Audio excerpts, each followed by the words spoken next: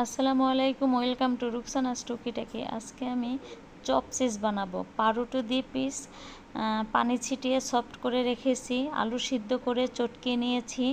এটাকে আমি একটু বাটার দিয়ে আলুটা ভেজে নেব। সুন্দর করে একটু সেন্ট বের হয়েছে, ভেজে নিয়ে ভাজা হয়ে গেছে, একটু লবণ দিয়ে দিতেছি। এখন হয়ে গেছে ভাজা। এটার ভিতরে আমি দেব ধনিয়া কুচি, কাঁচামরিচ কুচি, আর ভিতরে চিজ দিয়ে দিব। চিজটা স্লাইস স্লাইস করে কেটে নিব।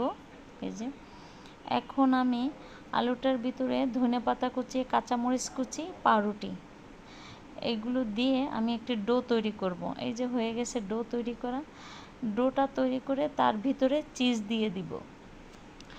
চিজ দিয়ে চপের মতো করে রেডি করব। একে একে